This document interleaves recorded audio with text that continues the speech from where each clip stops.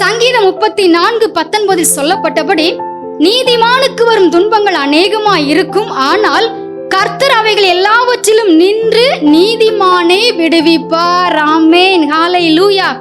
வேதத்திலே நீதிமான்களுக்கு என்றே ஒரு பெரிய பட்டியல் இருக்கிறவர்களுக்கு எப்படிப்பட்ட நன்மைகள் எல்லாம் கிடைக்கும் என்று சொல்லி நாம் அதை கொஞ்சம் தியானிப்போம். நீதிமானுடைய சிரசின் மேல் ஆசீர்வாதம் தங்கும், நீதிமானுடைய பேர் புகழ் பெற்று விளங்கும், நீதிமானுடைய பாதை நடுப்பகல் வரைக்கும் அதிகமாய் பிரகாசிக்கிற சூரிய பிரகாசம் போல் இருக்கும், நீதிமானுடைய வாய் ஜீவ ஊற்று, நீதிமானுடைய நாவு சுத்த வெள்ளி, நீதிமானுடைய உதடுகள் அநேகரை போஷிக்கும், நீதிமானுடைய நம்பிக்கை அது மகிழ்ச்சியாகும், கர்த்தர் நீதிமான்களை பசியினால் வருந்த விடார், நீதிமான் என்றைக்குமே அசைக்கப்படுவது இல்லை. ஆமென்.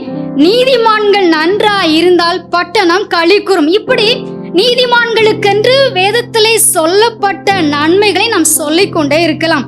அந்த வார்த்தைகள் உண்மையிலேயே நீதிமானாய் வாழுகிற தேவ பிள்ளைகளுக்கு நிறைவேறியே தீரும். அதுல எந்த ஒரு மாற்றமும் இல்லை. சொன்ன பொன்மொழிதான் உயிர் நாடி, இதை ஏற்றுக்கொண்ட இதயங்களோ பல கோடி, உலகில் பல கோடி. வருத்தப்பட்டு பாரம் சுமக்கிறவர்களே, நீங்கள் எல்லோரும் என்னிடத்தில் வாருங்கள், நான் உங்களுக்கு இளைப்பாறுதலை தருவேன் என்றார் இயேசு.